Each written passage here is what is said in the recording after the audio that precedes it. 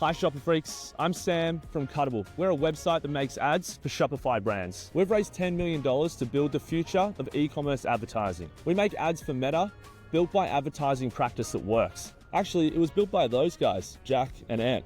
Ant's one of the best creative directors in the world. Jack owns one of the best advertising agencies in the world. We've been building Cuttable for 2 years. We launched 3 months ago in Australia, and we've got over 100 brands with us now. Cuttable is really easy to use. All you do is you put in your URL, and our AI scrapes all of your brand colors, your fonts, all of your tone of voice. We read all of your social media. We build you a brand kit and a brand strategy. That's the foundation of Cuttable. Making ads with Cuttable, it doesn't take 6 weeks, it takes 5 minutes. All you have to do is you can click product ads. We pull all of your information in from Shopify. You can make native ads that feel right for Instagram, Facebook. You can make brand ads. You can write your own copy. And all you do is you click the product you want, you hit generate ads. It takes 5 minutes, and we make you 20 different ads with lots of meaningful creative variation. We're built for Meta. In fact, we had the former head of marketing science help us build our Meta algorithm. So all you need to do is put in your URL, go to cuttable.com to get started today. Ayre's second episode of 90-Second Pitches, the show that helps you discover new e-commerce technology before everyone else. For our second episode, I'm thrilled to have Sam Ayre of Cuttable. This is a really remarkable platform. I'll let him you just saw the pitch, so you know a little bit about it, and he's going to get into the product demo, but I'm just super impressed. I'm thankful that they decided to be our second pitch, because if anyone has ever made meta ads and fought with the meta algorithm of having to put out, feeding that algorithm with more and more and more and more and more ad creative until you just pull your hair out because you're running out of ideas, then you're immediately going to see the value of Cuttable. Thanks for joining, Sam. How are you? I'm good, Paul. Thanks for having me on. I'm really excited to be here, and thanks to everyone who just had to listen to my nasally Australian accent pitching in front of the Hollywood sign. So which was real fun to shoot. Yeah, before you do the demo, I wanted to ask you about that pitch. How many times did you actually have to record that? Are you naturally charismatic and that was like a one-take wonder? Or was that like the result of 30 different ad cuts, 30 different clips? The Shopper Freaks pitch that we did in Hollywood Park, that was actually first take, which was amazing. But I had been up in front of the Hollywood sign probably doing 5 or 6 other scripts for different things that we've kind of got going on in the business, including some of our own ads. And so I felt like I was already in the flow, and I wasn't planning on doing the Shopper Freaks pitch there, but I felt like the moment was good, and there was 100 people behind me taking selfies of themselves, and I was already way out of my comfort zone. So I thought, let's just do it here and off the top of the dome, and it went well. No, I loved it. Everyone, now publicly everyone's seen it now, but behind the scenes when I was showing it to like my wife and a few other folks, I was like, hey, check out the second pitch that came through. They were really impressed. They loved the whole way that you they loved the whole ad. And I was like, well, of course we wouldn't expect anything less from the advertising experts. So on that note, do you want to dive in and show us a demo? I know everyone who's watched the pitch is anxious to see how the product works in action. We saw a little sneak peek on the 90-second pitch, but let's dive deeper into a live demo. Yeah, that sounds really good. And Paul, I'm going to ask you to put your marketing manager hat on, or founder hat on, and imagine that I'm giving you a live onboarding for Allbirds right now. So I'm going to take you through their account and show you what it looks like. And a quick caveat, Allbirds is not a customer of Cuttable's. I wanted to pick a D2C kind of darling that we could show everyone and everyone could relate to. So there's no kind of IP issues with me kind of sharing this versus sharing some of our, we're up to now 103 customers as of, I just walked into this booth now. So 103 customers on Cuttable, which is really exciting as well. So yeah, I'm going to run you through. So Paul, confirm you can see that okay? I can see it. For this pitch, I'm the marketing manager of Allbirds. I wish I had sold my stock equity years ago, but that's besides the point. That's so good. I'm going to run you through it, and I'm still doing maybe 2 or 3 onboardings with customers a week. We're probably doing about, this week we have 45 onboardings with customers booked in, which is really exciting. And I think this is a great way of staying close to a customer. All right, so this is the dashboard of Cuttable. Basically, the premise of Cuttable is making ads, meta ads, really easy. So we're constantly adding new ad types in. But I'm just going to give you a quick demonstration of how this works. So basically, you can come in, you can choose the type of ads that you want to make. You can make brand ads, you can write your own copy and we'll make you 20 different designs. You can make all of your sales event ads. So think like your ad hoc, spontaneous warehouse sale or your Black Friday sale. You can make native ads, which are written in the voice of your audience and like a UGC creator, or you can make product ads. So as an example, product ads, we have an integration with Shopify, which we've worked really hard on. Once you have Shopify connected, all of your products in Shopify actually pull through here. And if you're not on Shopify, you just simply upload a CSV, and which is really easy to do, and we will pull in all of the information. So if you want to create ads for a specific product, let's just go, it's the men's wool runner for Allbirds. Basically, Cuttable automatically identifies all of the images and videos to do with that product. And we also understand all of the features to do with that product as well. And again, the more information you have in your Shopify account, the more we pull in. And we also supplement this with what our AI learns about your brand online. You can add different images and videos. Like if you've just done a shoot and you want to use specific images, you can choose those as well, or different videos. And then all you have to do, you can see here, time to generate ads, 5 minutes. You just hit generate ads. It takes about 5 minutes for those ads to create. And really what they look like is within those 5 minutes, we will automatically create you 20 different variations. And I think I'm going to talk about that in a second around why creative variation and diversity is so important to Meta, especially with the new Andromeda update. But Cuttable will come up with an idea, think about why your customer buys, write the copy, animate it, cut together your existing images and video, and pull you together kind of 20 ready to publish Meta ads. So these are all editable. So as an example, let's just kind of come in here and go, this one here, you can edit it. We automatically make you the 916, a 11, and a 45 asset already ready to publish. Again, you can change things, you can edit, you can shift text around, you can change text. We're trying to create a really simple editor for people as well. You can flip out imagery, you can change the music. But really the core of Cuttable is to build these for you. So you can kind of see a little bit of how we kind of go about doing this, but we've got a whole system that sits behind this in terms of it's trained by editors, copywriters, designers to think about what makes good advertising that sells on Meta. And so that's a quick view of product ads. I think technically, to interject 1 second, you've got 20 creatives, but technically there's 3 sizes of each. So really there's 60. And if you think about the time that it would take to create this on your own, 1, to think of the ideas, that's several hours. 2, to come up with a great vertical, right? 1 for a reel. And then you're like, oh, I love this ad. I want to put it in my other sizes too. Oh, but my imagery doesn't work for the other size, for the square. So basically you're just like, here it is. 5 minutes later, here's 6. Here it is. It's done. No way I could possibly do this in Canva in 5 minutes.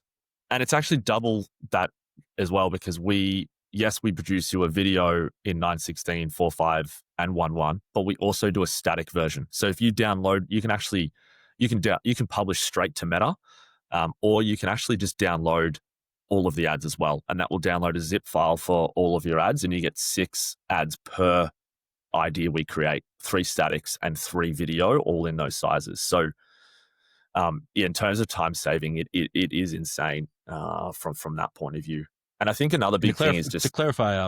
One thing for everyone watching is, because I was confused about this when I first discovered, it's pulling from your own collateral. So those are images and videos and content that was already part of that product page, mixed with whatever supplemental images and videos that they added when creating that ad. It's not necessarily designing it from scratch. You don't have to worry about AI screwing up your coming up with a product photo that has nothing to do with where you started. It's basically like, hey, this is for folks that already have great collateral. Now you need to convert that into performance ads.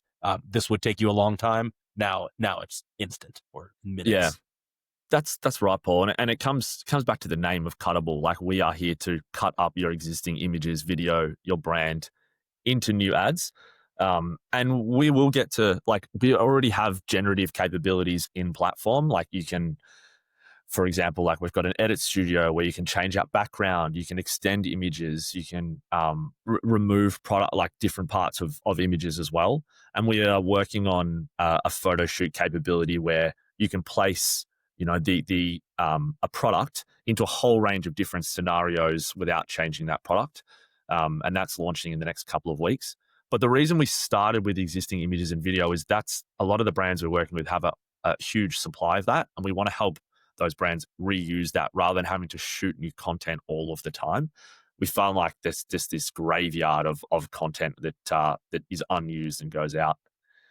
And so the other one I quickly want to show you is native ads. It's a really big one. I could run you through all these, but I'll just show you a couple. Native ads. So we basically, what we do here is we will create you ads that are written in the copy, like in the voice of your customer. So as an example, you can see here, I'll show you this one. We're automatically cutting up a whole range of different ads. You can see down the bottom, the editor has cut together different parts of the footage. And it understands, for example, this is writing copy around like my face when someone asks where those shoes are from. Turns out picking a gift with a unique color combo is the move. The dark gray and light sole makes them feel special without shouting for attention. Quietly cool and people notice. So this is really writing ads from a creator's point of view or a customer's point of view, and giving you a whole range of different variations and cutting all of the footage together. It looks like it's created in either Instagram or TikTok. That's why it's obviously the native point of view. So that's another really popular ad style, which Cuttable is creating for people. That's fantastic. I'm going to show you really quickly my own account, because I always think a really good test of any type of platform is, do you use it to create your own ads? And my answer is yes. We run all of our meta ads through here. We also supplement it with some of the stuff you see with me talking to camera. But Cuttable does a lot of the heavy lifting. When you're connected to Meta, once you're happy with your ads, you literally just hit select all.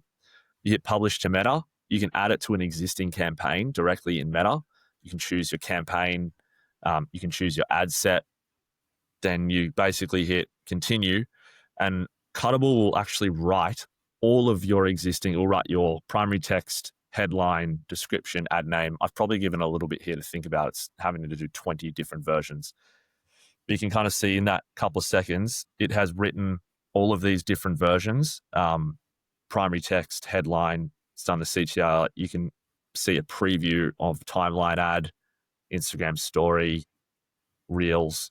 And then, so you don't have to do any manual setup in Ads Manager. You just hit publish to Meta, confirm publish. That sends it straight into your Ads Manager, and all you have to do is go in and toggle it on. So another massive time saver in terms of that as well. And then we pull back all of your... Even up to this point, this is a full day's work to come up with the ad creatives, to think of the ideas, to make the ads in all those different formats, to download each image individually, export it, to organize it into your spreadsheet, to add each one individually. We're talking about literally a day or two's or two work in several minutes.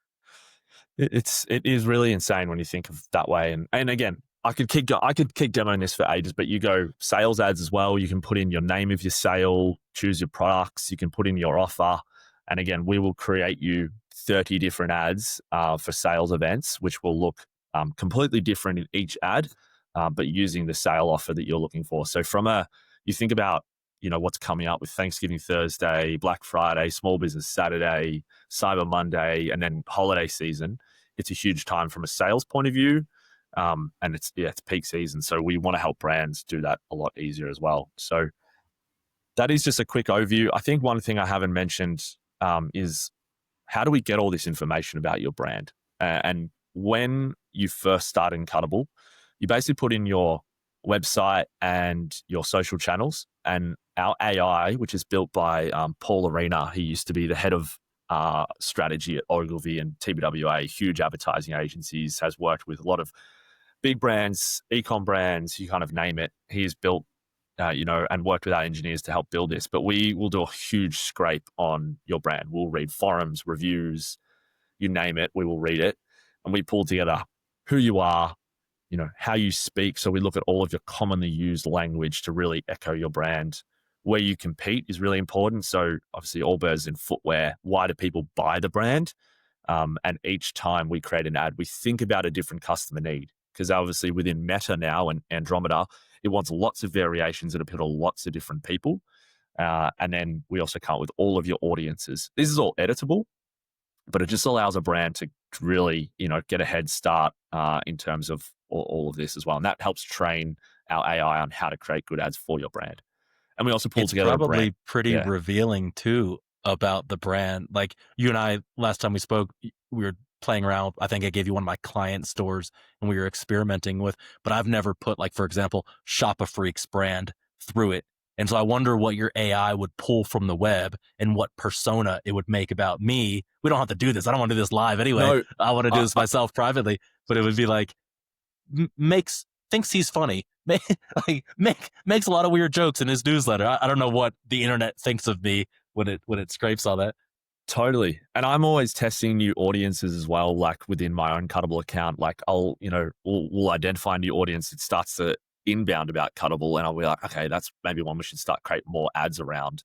Or if I see one performing better, I'll start to just create more content around that, or more ads around that audience as well. So it's quite a flexible system for you to work through. And yeah, there's lots of different versions. And we pull back all your insights as well. So once you've published ads, we pull all of that information back in, and we look at things like, hook rate and all like your ROAS and basically everything there. And the holy grail, which we're going to have live this quarter, is basically to have those insights. Currently, those insights inform the ads that we kind of create for you. But really, it needs to be, we want to close the loop completely, where it's like, all right, results come in, you click make more of those, we make more winners, and it becomes that kind of, self-fulfilling prophecy of what's working and what's not. So that's a really exciting thing we're working on. But yeah, we are shipping new features rapidly, which is exciting. We've got a really great engineering team here and creative strategists who help build what our clients want and what's going to shift the needle. So yeah, that is a quick overview of Cuttable. But I think my biggest recommendation to people is just give it a try. It's why we have the 14-day free trial. It's why you can come in and make unlimited ads in your trial. It's really important for us to not have people overcommit without first testing the platform. We love feedback. We build things really fast. And so, yeah, I think my biggest advice is, if you're thinking about it or you want to give it a try, come in and start a 14-day free trial. The team will walk you through it all. We really want to hold people's hands through the process and help them. It's not just, hey, here's the platform, see you later. We have an awesome customer success team, which almost acts like your kind of account management agency team helping you with Cuttable as well. That's fantastic. No, that was a great demo. I think anyone who has worked with meta ads before immediately understands the value that Cuttable brings to the table once they see that demo in action. But for folks that maybe aren't as hip to meta advertising, or maybe they've dabbled in it, haven't done a good job, and now they're starting to discover why they spent all day making 2 ad creatives, didn't get the results they were looking for. It's because competitors are possibly spitting, using stuff like this to put out 60. So talk about, really just assume I know nothing about meta advertising. What is this problem that it's solving, and why is this so important, the solution that Cuttable brings? I think the big shift is, and this is going way back, realistically, advertising has always been about the perfect ad. It doesn't matter if you've worked in a big advertising agency or a smaller brand, or you've started your own thing. It's always been about, the kind of one perfect ad that you could create, or even a handful of perfect ads. And then you would come into, Meta, and you would go into Ads Manager, and you would choose who you wanted to show those ads to. You would choose, all right, I am trying to target people in the in Los Angeles who have dogs who are aged between 30 and 45, who live by themselves. Like, it was all about interest targeting within Meta. And then the biggest shift that has happened is Meta basically now understands your customer better than you do. They have released, and people talk about Meta Andromeda, which is basically their kind of ad engine that dissects brands, dissects ads, pulls it apart, and then will find people that it's most relevant to. But if you think about that big shift, it's gone from interest targeting. Meta now really want you to have broad targeting, really simple campaign setup, one campaign, one ad set with 20 ads that appeal to lots of different people and look completely different, and let Meta find the right audience for your ads. So it's shifted from interest targeting to now creative is the new targeting. And that is the biggest shift you have to think about is one ad, it doesn't work anymore. 5 ads doesn't work anymore. You need net new assets that are net new ads that are constantly thinking about and appealing to different people and different audiences. Even if you have one kind of consistent audience, that audience will buy for different reasons. They're all motivated by different things. So that is maybe a long-winded explanation between No, those. that's great. And just to add to that, to compare to the old days, which aren't that old of days, the recommendations were create multiple campaigns, target multiple sets, create multiple ad sets. And honestly, this is one of the reasons why I stuck away from meta ads back in the days. I'm a Google ads guy, so I've got limited experience, but I remember the plight that you had to go through to basically.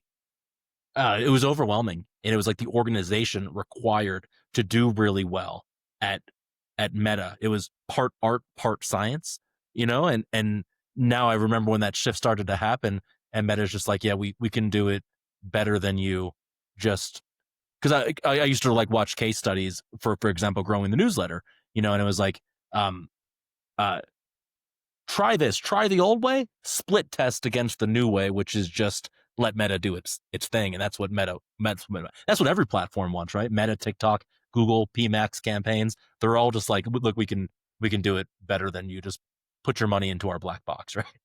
Yeah, totally. And look, I think it's a really exciting time for brands, and it's still an unknown time. If you look at if you look at X or Twitter and you look at the e-com community there and you look at the discussions, there's still so much conversation about ABO versus CBO and like top of funnel versus middle funnel versus bottom of funnel. Like they're kind of, but I think the really exciting thing is there's a lot of people who are incredibly talented in the meta kind of CPG D2C space, who are now shifting towards this like really simple structure: one campaign, one ad set, 20 different ads, let Meta do the work. And your job is to feed your ads manager or Meta with different creative.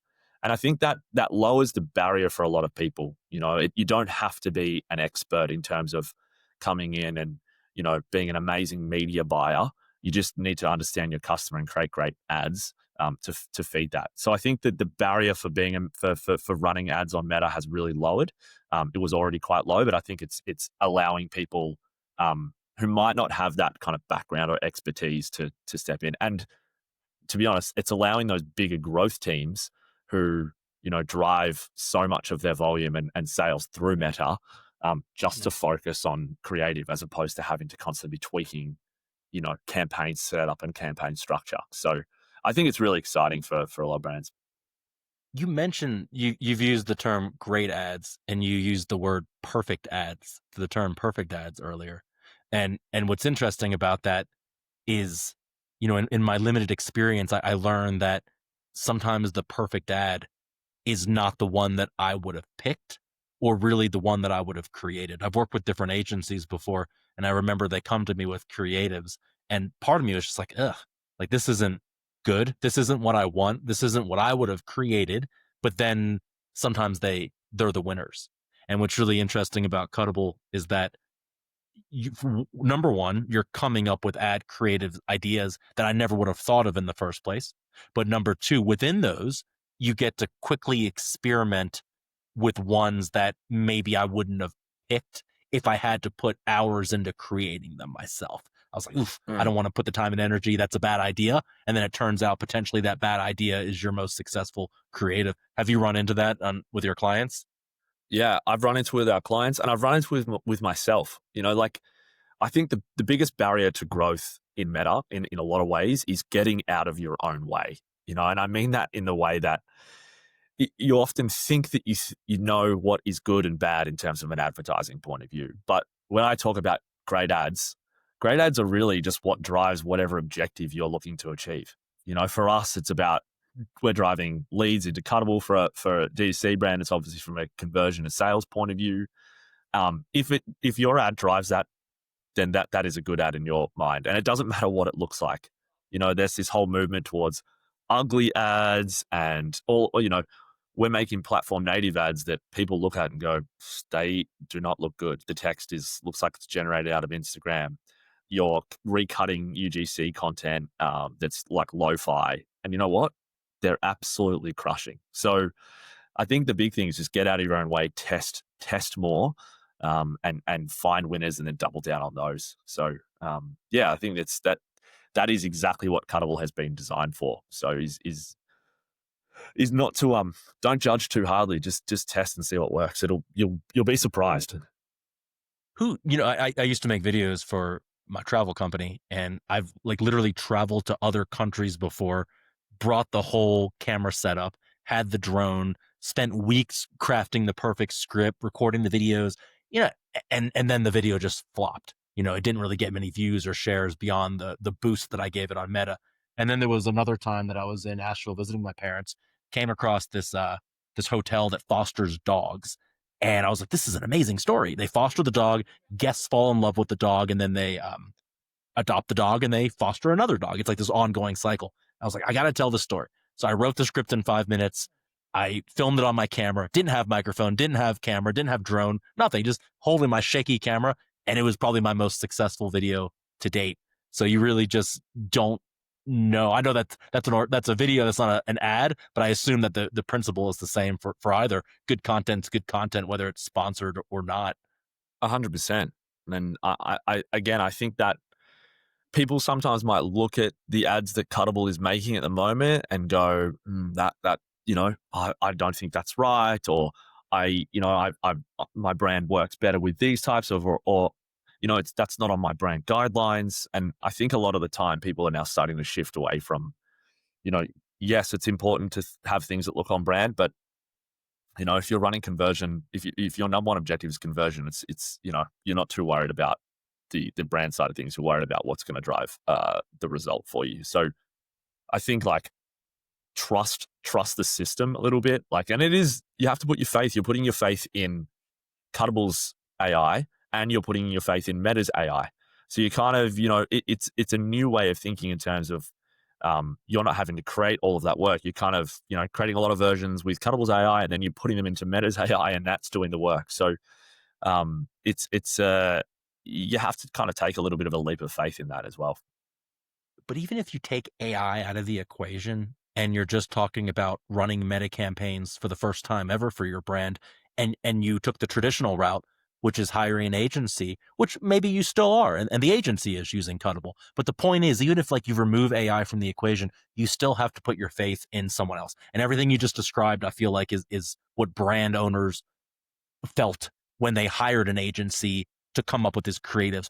Well, that's not what I would do. It's like, of course, that's not what you would do. That's what we would do based on our expertise. And so Cuttable is basically taking ages of expertise, algorithmically putting it out, but it's getting the same response a lot of time. I think it's just inevitable. Yeah. If the brand owner didn't make it, they're going to feel a little bit like.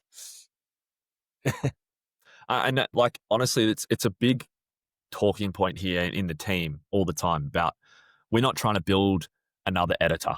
There are lots of editing software. There are lots of design software where people can start things from scratch, but we still have to have editing functionality in within Cuttable, where you can shift clips around, you can change music, you can add VO, you can change text out, you can move the text around, because people still want to feel that level of control. Ultimately, we would love to get to the point where you're just publishing every ad that Cuttable gives you, but people still do shift things around and edit every so often. And I think it's important for people to feel for our customers to feel part of the process as well. So yeah, that's always a conversation about how much we go down editing versus, giving the final asset. I assume Cuttable doesn't always get it right. That's just fair of things that are AI generated, right? It's not perfect. But if it's doing 99% of the heavy lifting, and you have to come in and say, I want to change this word for that word, still the lift is so huge, I think, to get to that point. Like, I wanted to ask, feel free to drop names if you want to, no worries. If not, you can speak generally, but who is using Cuttable right now? Are you the only SaaS company using it because you cater to e-commerce brands? Kind of walk me through the breakdown of who's using it and getting the most value out of it. Yeah. Yes, I am the only. We are only we're the only SaaS platform or brand on Cuttable at the moment, and for the right reason. We have a wait list of maybe 150 agencies, maybe close to that in terms of SaaS brands, and probably double that in terms of financial services. So or service brands. So the demand is there and big, but we very much made a conscious decision when we launched, or actually when we kind of started this version of the build, to just double down on one industry, and that's where we wanted to focus on ecom. They are the biggest spenders from a meta point of view. It is probably the place where people feel the pain that Cuttable solves the most. And then within ecom, I would say there's two types of really kind of heavy users that we're seeing. The first is, I would say, a founder-led brand, and that is they could be doing anywhere from, just starting off their business and starting off their meta ad journey, and they might be spending, 1,500 US a month in terms of on meta. So they're kind of just starting off in that space. They're probably doing lots of themselves. They're an ads manager. They might be working with an agency, but they're really doing most of the things themselves. And it's like overwhelming. You're having to come up with ideas. You're having to work out how to publish campaigns. You're having to write all the copy. You're doing that all yourself. So Cuttable does a lot of the heavy lifting for those founders and those smaller teams. So I'd say that's one core segment. And then the other core segment we see, let's just call them the growth teams.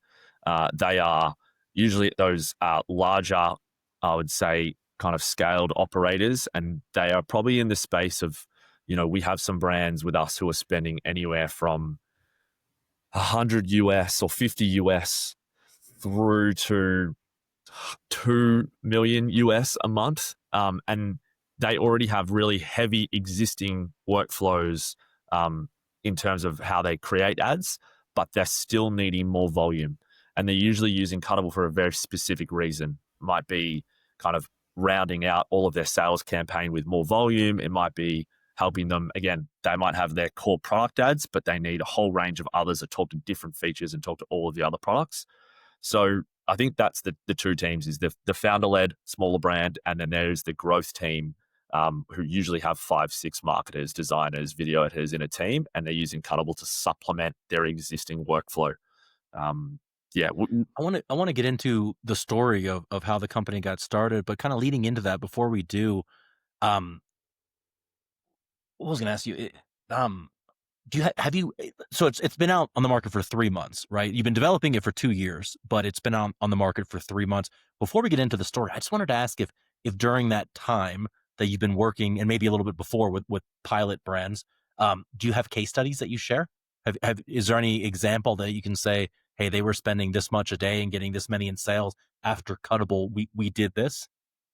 Yeah, we have a couple of different examples actually, and I can share a few of those after this if you'd like, or maybe we can share them in the case notes and things like that, in the show notes. But yeah, I think there's a few different brands, and I think a big one. Well, it's one brand out of LA who we've worked really closely with, and they're actually one of our first US customers, and to kind of see the results that they have had in terms of, they were hovering around kind of just scraping together like a 0.5 ROAS to start off. And they're really up at like a 3-4 ROAS now. And they are pumping, basically every ad they make is made by Cuttable, which is it's common, but also not that common. There's usually, Cuttable is part of the answer from an ad point of view. We don't create every single ad that is effective. Hopefully we do one day. And that's been a really great one to see in terms of like solo founder shifting that, has been great. And then we've had a couple of other examples like that as well from an Australian point of view, where we've had some, I won't name the exact brands, but we had a fragrance brand who worked with us really closely. They ran a sale last year, saw some solid results, but then they ran another sale this year with Cuttable, where they basically were able to kind of scale from like $100 a day through to $1,000 a day. And some of the times they were up at like an 8-9 ROAS, which is just insane in terms of numbers and results. But overall, we see a lift, and I think this is the big thing for us is like we get judged on performance. Like that is where Cuttable, like in the 14-day trial, a brand will ship ads. If they work for them, they're really excited. And if they're not, they kind of go, they blame it all on us and go like, hey, that is the ads aren't working. And that's something that we have to continue to work through because yes, there's other factors. There's landing page, there's all of the conversion optimization that sits around that. But that's what we get judged on. And I think it's also exciting. It holds us to account as well. And yeah, it's a long-winded answer, Paul. I love your answers. I would assume that most brands dabble with Cuttable. I can't imagine coming in, say I've got existing campaigns that have been working for a while. Maybe I'm at a 2 ROAS, but I'm happy with it. That's the best that we were able to do on our own. I'm not just going to come in and let this AI system take over my entire campaign, especially the ones that are working. I'm going to continue running those and maybe split test. And so that's probably the real test at the beginning is like putting Cuttable against the best because they're gonna compare Cuttable to the best of what they can do. They're not going to compare it to the worst, right? That's 100% right. And like that's still something for us to work through. Like I don't have an answer for that at the moment, and I think it's that is exactly what happens. A brand will come in, they'll usually carve off, they'll start a new ad set within an existing campaign.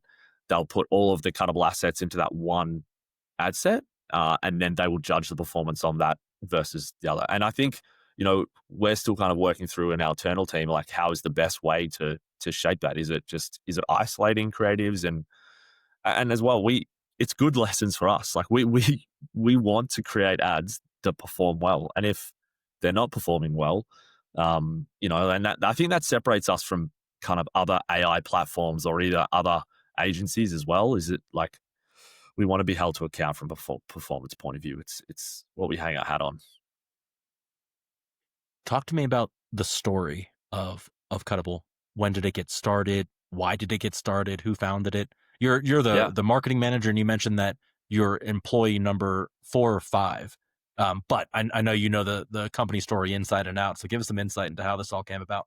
Yeah, and I was actually the first ever client of Cuttable's as well, which I think for me is it's really important. The actual idea of Cuttable has been around for 7 years, which is an insane thing to say, but it was started by Jack White. So Jack and I have known each other for a really long time. We used to work together back in 2010, 2011 at some of the big agencies in Australia and Europe as well.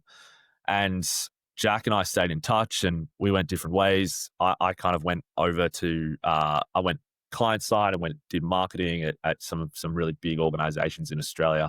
And through that time, Jack and I were constantly talking about this idea that like we're doing these huge shoots and we're not reusing any of the assets. You kind of spend, anywhere from 30 grand to 500K on a shoot, and you use those assets once for a TV ad and maybe a couple of social ads and some outdoor, and then they kind of just go to the graveyard. And Jack started his own agency called Sunday Gravy. They are a really top independent advertising agency in Australia. He started that with his brother Ant, who's one of the best creative directors in the world, and also a creative consultant with Cuttable.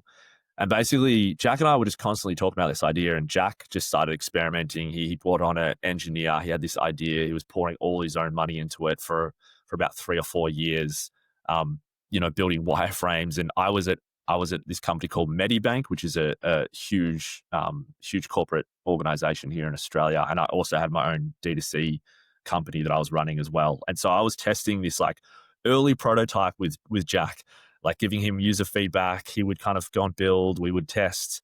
And it was this really fantastic journey of just seeing the platform and the product develop over time.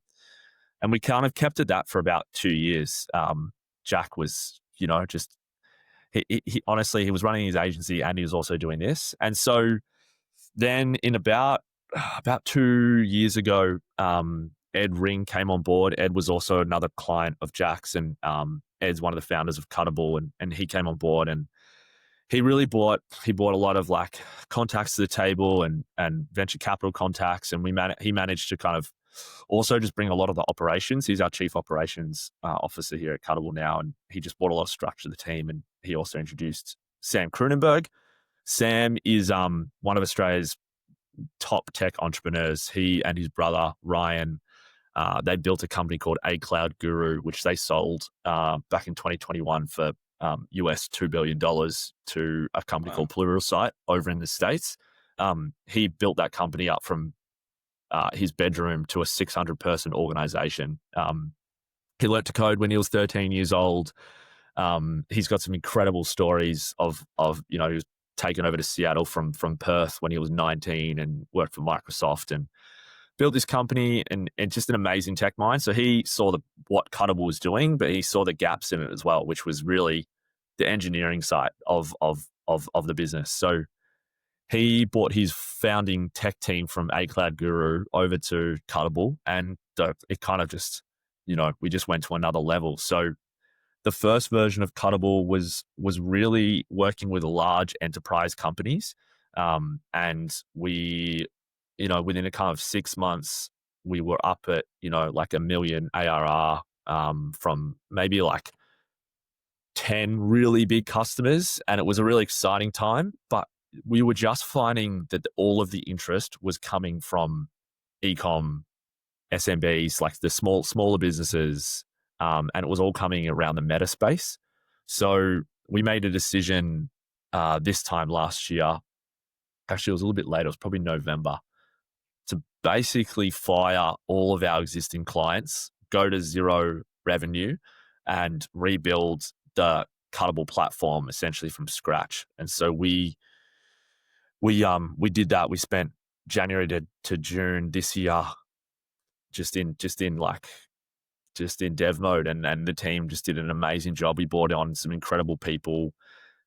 We were really lucky enough to work with to bring in Helen Crossley, who was the head of marketing science at Meta for 10 years. She worked over in the US, and she's actually Australian, and she basically just helped us build, how do we build Cuttable to match what Meta has built. She consulted us the whole way through the build. And so just having that type of person, like, it was like having insider information almost, because she had left Meta, but she basically spent her whole time building their ad business out and helping all of the different teams there work out from a small business point of view, especially how small businesses can grow with Meta. So having her knowledge in the business was just incredible. And then when the platform was first built and you were working with those initial enterprise clients, was it a SaaS that they were using themselves, or was it more of like you guys had built a platform that you were then using to offer a service? Does that make sense? I think that's a really good summation, Paul. And it was, they used the platform, but we were almost half platform, half agency. We weren't at the point where we were, it was fully autonomous from a client point of view, where it is now. So we were having to supplement a lot of these brands with like our design time and all of that, like helping build out what they needed and then putting things into platform for them to use. Whether now the system is fully autonomous in terms of how it runs, and comes up with all ideas. It does it all itself. There's actually there's no human outside of like the support team. A brand could come on to Cuttable and not have any human contact, and it does all of the work itself now, whether then it was kind of still learning, I would say. So I think if you were one of the first clients that basically helped crafted this, you count as a founder, right? Yeah. I mean, I feel obviously that's, I feel part of the business in terms of that sense, and I feel responsible for it. Obviously, I own part of Cuttable, and for me, it's, I really do think what we're building here is special. I wouldn't have left the career I had before this to come and, come to a startup that at the time, it was still, there was so much stuff to work out. Comparing us now to comparing where we were in January this year, it feels like 3 years apart, to be honest. So give me a timeline real fast. So going backwards in time, you said that the idea kind of came about 7 years ago, but then when they actually first started building the platform, when was that take me through funding, through launch, through the whole timeline of the company. Yeah. So I'd say first version of Cuttable launches in 2022. And I was prototyping it with them then, and they've probably spent another 12 months just kind of keeping learning and pottering along. I wouldn't say it was anything, it wasn't growing then. It was just definitely in a learning phase and no paying customers. 2023, that is when Sam Kroonenberg and Ed joined the business in late 2023, start of 2024. We basically then start to accumulate more customers in the enterprise space. We raise a first seed round in July 2024. We raised 5.5 million Australian, which is about 3.5 for US. And that we raised that from one of the biggest venture capital funds in Australia. We continue on, and then November 2024, we make the decision to shift away from enterprise, and with all of the demand that was coming from smaller businesses. And we were also working with smaller businesses and e-com throughout that time, just learning. And we basically went into just kind of discovery mode. We interviewed over 100 e-com businesses across the UK, the US, Australia to learn pain points, understand what they were looking for in terms of this space. We brought on Helen Crossley from Meta at the start of 2025.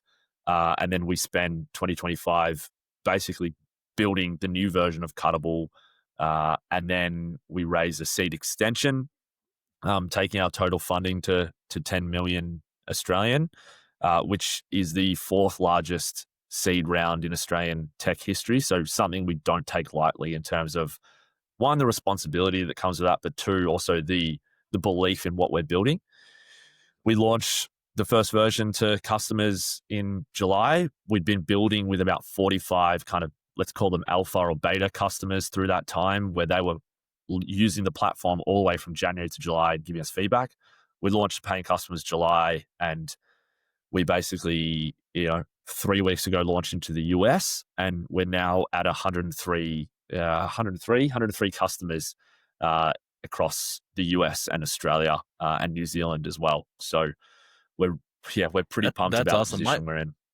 My whole goal with this series, as you know, is to help people discover new technology, but to help people be early adopters. And so you really can't get much earlier than this right here. Like this is, I know the company's been around the concept for a while, but in terms of a public facing company that actually a business can go sign up for, I mean, you're about as fresh as you can possibly get. If I went to your website in June, I couldn't have signed up. Today I can.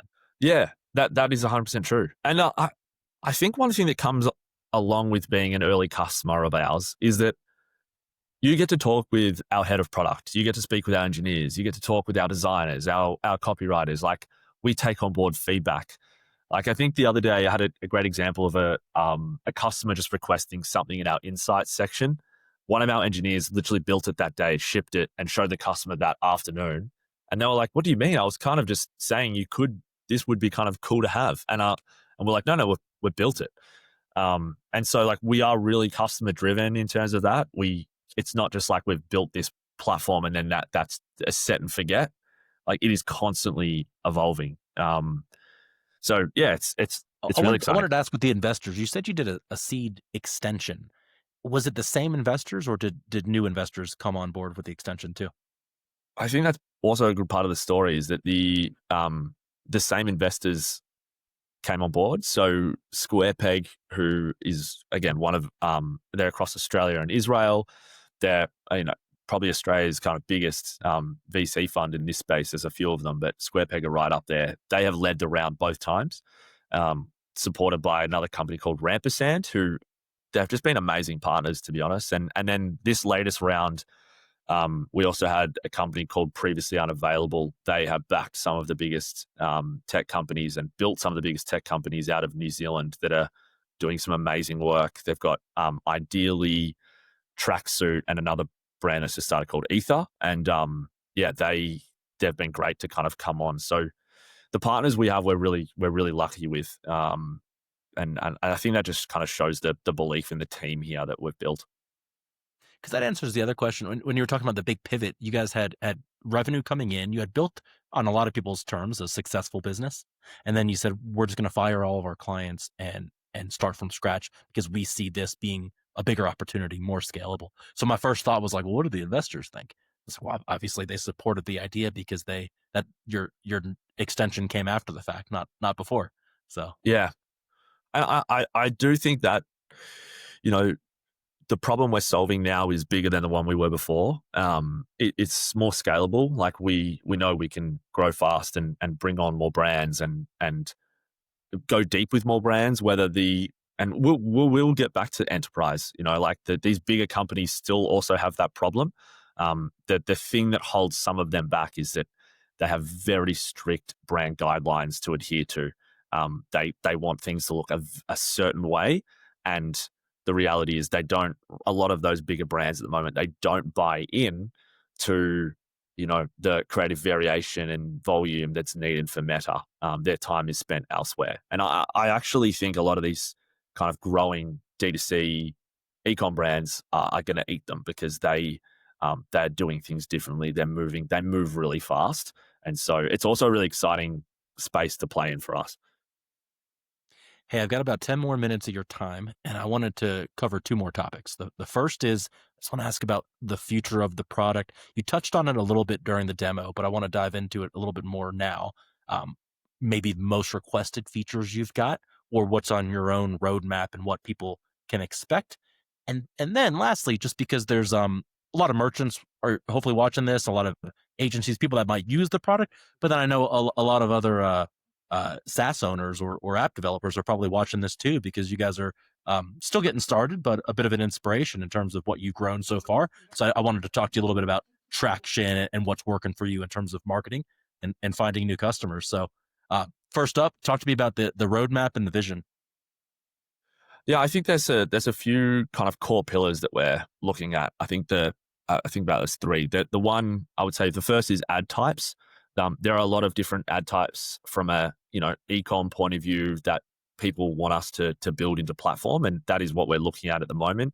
You know, and this might sound really simple, but it's things like all of your testimonial ads, your comparison, you know, before and after, us versus them, like all of those really kind of high performing ad types we're working on at the moment. We've got testimonials in beta at the moment. We're testing it upstairs here, and that'll be live with customers in a few weeks' time. And that'll be, you know, being able to take screenshots of that, being able to pull in testimonials from different platforms and we'll create ads directly from them. That's really exciting. So the first is just continuing to fill out more ad types and the types of ads that Cuttable can make. The second is let's call it library extension. At the moment, Cuttable works a lot with your existing images and video. Obviously, AI is like from a video and image generation point of view is progressing incredibly quickly. You know, we have built an infrastructure that sits on top of platforms. We will pull in different models where we need. There are lots of things coming in that space, and you'd have already seen with like Sora 2 and Nano Banana, like how fast that is progressing. So we already have things in development where we'll be able to extend people's asset libraries, take their products and put them into different scenarios whilst keeping their product perfect. That is our absolute aim, is that the AI cannot mess with the product, because obviously labels and visuals, like that's just imperative for us. So that's really exciting, and we're that's in beta at the moment as well. It's called Photo Shoot. And then the third one is, I think it's a bit of a holy grail for us, but it is taking the metrics that we pull through from Cuttable, the results of the ads, and being able to make more winners or more assets. So for those insights to inform what is being made. So they're really the three things that the team, our engineering and dev team at the moment, are live working on. We have a pipeline of lots of other things, but they're the three things I wanted to touch on, which I think are really exciting. What about in terms of platform output? Like I respect that you guys want to focus on e-commerce. Can I assume you want to just continue diving hard into Meta as well too? We're going to be the e-commerce Meta experts, or is there other platforms where your advertising is going to feed into later on too? Yeah, we already have kind of like the framework for integrations built for TikTok, Snapchat, Google, but at the moment, the demand from our customers is on Meta. So as soon as the demand gets high enough where it makes sense for us to invest engineering time into building, like finishing the integrations into those platforms, we will do it. But again, it comes from customer demand, and we want to kind of spend time on things that move the needle for our customers. What was your other question there, Paul? Have to remind me. Oh no, that was it. I'd asked about just other platforms that maybe at some Yeah. point they feed into, but you answered that. It sounds like it's possible, but you're going to stick to Meta right now until you get enough demand for it. But one other question I had though is about so as part of what you described in your roadmap is Cuttable wants to pick the winners and then be able to make more like that, like basically learning from the results of the ads. First, it learns from your brand and your products and your collateral. Then you want to learn from the actual results of the campaigns so you can continue scaling up and picking winners. But with e-commerce especially, you've always got inventory is part of the crisis. There's been a lot of times where it's like, well, we could scale up higher, but we don't have the stock. We've done so well that now we have to put on. At any point, might Cuttable integrate with the inventory forecasting side just so it knows what to focus on and what not to, or does it still require human intervention? I think it's a really good question. The reality is again, part of our Shopify integration, at the moment, we're only pulling in products and images and video that are associated with that. I think do we get to the point where we're looking at that? Potentially, but it's also not that hard to do in platform at the moment. Most of the brands that we're working with know that, they've got either a bundle pack or some type of starter pack type thing that has a higher average order value than single products. And, so maybe the focus for us isn't so much on creating single product ads, but creating multi-product ads. So it's kind of not hard to do from all right, I come into Cuttable, I'm just going to choose the products that I know, either I've got high inventory on or I know has a higher AOV than other products. So you can kind of already do it within platform, to be honest. But and if you do discover that you're running low on something, Cuttable makes it easy just to pause those particular ads related to that particular product, I imagine, right? It totally does. I mean, you can just, it's super easy to do. I mean, to be honest, it's in ads manager yourself. You just kind of turn off. And I think from a sales point of view as well, that it's been a big piece of feedback is that, again, not every, you say you're running a Black Friday sale, you might have every product on sale, but you're probably going to have a few heroes as well. So within the creating sales ads within Cuttable, you can actually choose specific products that might have different percentages off. So it's kind of like briefing an agency, but a really simple version in terms of like the information that you fill in for that. So now talk to me about, I just want to be conscious of the time here, but I do want to get into a little bit about what's working for you in terms of growth. Obviously, you worked with your pilot customers for quite some time. Now you're open to the public. Anyone can go to cuttable.com and sign up. And so how are people discovering you? What's working the best in terms of putting Cuttable in front of your target audience? Well, Shopper Freaks is going to be our number one growth engine, Paul, obviously. Clearly, yeah. That's I'll start off with that. I'm really hoping that, everyone's going to listen to this and go, oh, I just got to get onto Cuttable. So that's number one.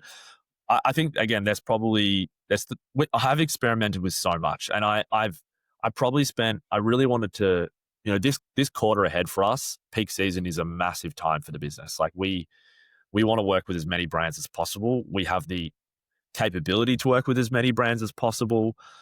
We've got some really exciting, some really exciting kind of deals to bring on lots of big brands that I want to talk about, but I can't talk about now, it's going to be really exciting when we can announce it.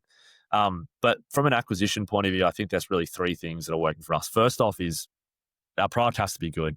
From a product-led growth point of view, we get a lot of word of mouth referrals. I find that in the kind of CPG, e-com, D2C space, people run in clicks and pods, so like you've got one founder who knows 5 other founders, or one kind of growth marketing manager who knows 5 other growth marketing managers. So we get a lot of referrals from having a great product. but we spend a lot of time with those customers as well. We over-invest in customer service and customer success. So that's been a really big part of our go-to-market process. The second is Meta. So I thought a lot about this. That does it make sense for a brand, for a company of our early stage to be running as many Meta ads probably as we do? And the answer for me was yes, it does, because one, it is what we do as a company. We create Meta ads that sell for brands. So let's be the number one customer of that. And that has been, 95% of the ads that we run on Meta are made by Cuttable. And so we do acquire a lot of customers. We grow a huge amount of awareness through paid ads from a Meta point of view. It's been big in the US, where we don't have a large presence at the moment, even though we're only targeting California to start off with, just because of the time zones with Australia and California. And then the third one, which has been big for us, is I would say earned media and PR. I've really tried to establish a strong relationship with journalists, especially in the Australian media, to start off with, and now growing that relationship in the US and other countries as well. But I've used things like new hires, our raises, the investors we work with, the customers we work with, to try and get coverage of the brand. So I have been very specific on channels that I focus on. For example, we don't have a good organic presence at the moment. And that's for a reason. You can't spread yourself too thin and pick so many channels. Organic in terms of what? In terms of Google, in terms of SEO, or did you mean that differently? No, I would say across organic, I think I refer to SEO from a Google point of view, TikTok and Instagram. I think without paid, putting lots of content on, which kind of gets attention and drives that up. A lot of SaaS companies or CPG brands early on do use that as a growth engine because it's free media. But it is hard to do, and it is not my strength as a marketer. I know my strengths and weaknesses. And the reality is my strength is paid ads and Meta and PR. So I just lean really heavy into those, and that they've been successful for us so far. And I feel like those channels too lean into how innovative the product is, just meaning that everyone has to discover it right now. Like, you're not necessarily looking for Cuttable. If I was looking for a reviews app for my Shopify store, I would Google search it. I would read reviews on existing apps. I would see which one is best. So it would make sense to do Google search ads because I'm showing up when someone's looking for me. But I feel like at the beginning right now, no one knows that this tech exists, and I'm not necessarily looking for it. So it's not to pat myself on the back, but it's like shows like this, and I hope you do more podcasts, more discovery channels where people who, like I said, aren't necessarily looking for you, but discovered you through this kind of informative, educative process. Yeah, agree. It's basically a new category in a lot of ways. So you're trying to educate people on how that works. And, even if someone says, oh, it's AI advertising, well, it's not. We do it in a completely different approach to, these other companies that essentially just put a prompt into ChatGPT and give you some like completely, shitty generated image that doesn't have any advertising science or expertise behind it. You can't edit it. Yes, it might be super cheap, but there is a reason that it is like you're paying a couple of dollars a month for that. Yeah, and honestly, that's what I've run into so far too. Is I feel like most of the AI tools built for ad creatives is exactly what you described. It's like, well, we turn your product image into a lifestyle image, but then you're like, well, where'd my logo go? The logo is gone. Can you do the back of the product? No, we can't do the back of the product yet. It's like all these limitations, and you end up. I remember experimenting because I like this stuff, so I like to experiment with the new tech as it comes out. So I remember when these. To be fair, they're getting better. But I remember when they first started coming out, I was like, okay, I'm gonna take this. I was working with a toy company, so all they had was that, here's the teddy bear with the white background. That was it. And I was like, oh no, we need to put this in lifestyle shots. We need to put this on a bed, on like a child's bed, or in some situation where they're playing with it. And it's like, that's not the size of the bear. Like there's no accuracy to what it was outputting. You just ended up with this huge life-size bear on a bed when the bear in actuality was like this big, the size of your hands. And so I think what caught my eye about Cuttable the most is I feel like it kind of really targets in on a sweet spot of brands, of which there are a lot of them. And a lot of them I work with too. And we always run into the same problem, which is, like you had mentioned earlier, I just spent all this money on this photo shoot. Now I've got all these beautiful photos that go on my PDP. Then what? Yeah. And that's it. And I'm excited about the UGC stuff that you had mentioned earlier too, because that's another one. It's like, I'm collecting all these reviews. Why? So they can just sit on my product page at the bottom.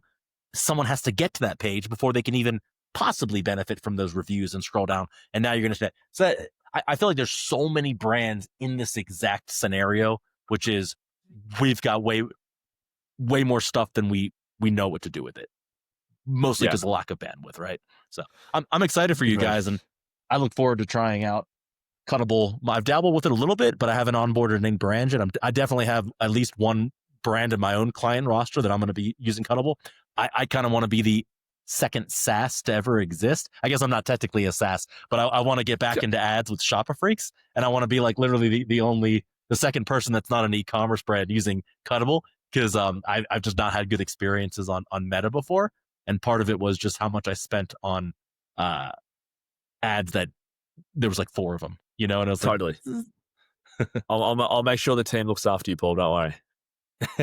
Hey, Sam, thank you very much. This was fantastic. If anyone wants to check them out, cuttable.com, cuttable.com. Thanks for being the second pitch and for being a part of this series. And I wish you guys the best of luck this year. Thanks, Paul. Appreciate your time.